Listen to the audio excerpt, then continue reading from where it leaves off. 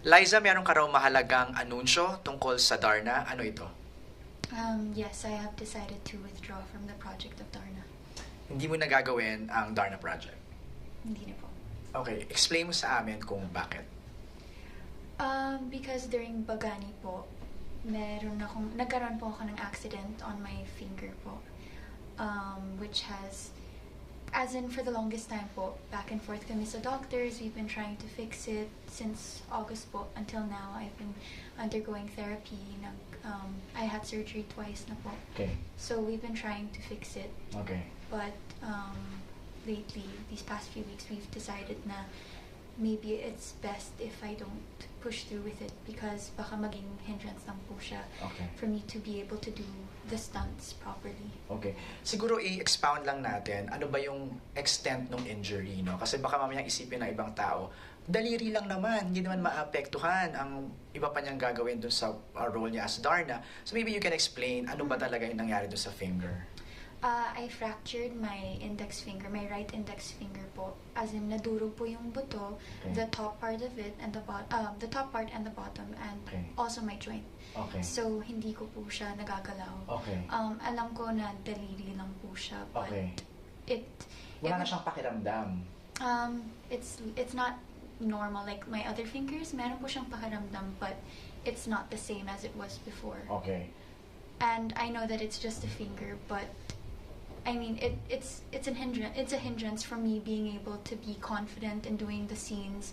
Nang alam ko may hesitations ako when doing it because I have to take care of the finger. Okay. Naka-apekto rin ba to while you were training? Kasi syempre, no, meron kang injury.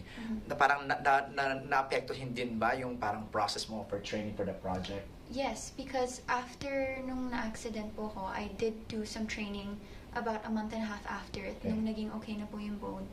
And then we were hoping for it to heal back to its normal finger, but it didn't. So then I had to do surgery in November. And while I was training, we noticed na I can't grip as good as I could before kasi I would lift weights. So I had to wear wrist braces to help me lift those heavy weights.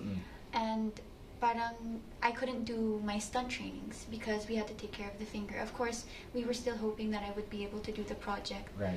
Pero because of the injury, I couldn't do my stunts. So how would I be able to practice and ready myself as well? Tama. Stunts, form, di ba? Lahat, gaya mo sa amin, hindi ka nakaka-grip, no? Talaga bang wala na siya? Hindi na siya, kasi you said na parang hindi na talaga siya ma-heal? Talaga? We're still hopeful because I still have another surgery this May. Okay. We're going to be removing the plates because meron na po siyang metal. And we're hopeful that it will go back to normal through time and therapy. Okay. Paano ka nag-desisyon to withdraw from the project? I mean, how was that process for you? It was hard. I had multiple meetings with the management, with my managers. Of course, I really wanted to do Darna. I invested so much time, so much effort. Physically, I was ready. I felt like I was ready before the incident. But I don't want the project to suffer just because I don't feel like I could give Darna the justice she deserves. And I guess it was more of like emotionally. That's why I decided to withdraw from the project because I felt like hindi ako buo anymore to do Darna. So of course I wanted to give my management, my bosses, the best Darna that they could possibly have, but I kind of felt insecure about it na rin. I'm sure it was a hard part. It was hard on your part to accept it. Yes, it was at first. It was really hard, but then I realized that maybe this is the best thing for me and also for them as well. How did you break the news sa Star Cinema, sa management? Paano mo shinare sa kanila? The first person I talked to was Tito Oji because I still really, really wanted to do Darna, but I needed a perspective outside of of course ABS. And I was telling him how I felt. Of course, he wasn't disappointed, but he was sad because he really wanted me to do the project as well. But I guess he really understood me. And then after that, we talked to Inang, Tita Malu, Ma'am Charo, and of course with Mr. M and Tita Mario, and we explained to them.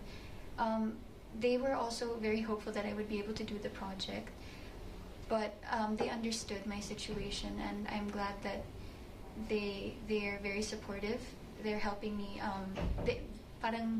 They're inspiring me with because they told me that I'm gonna have other projects naman after. Because kala ko if I backed out of Darna that I might not have a job anymore. But then they told me that just because I'm not doing Darna anymore doesn't mean na I'm any less of an artist to them. That's good. And ako, gusto ko lang sabihin na ang pinakamalulungkot are your fans. Yeah. What do you want to say? I just want to say sorry to them that I let them down.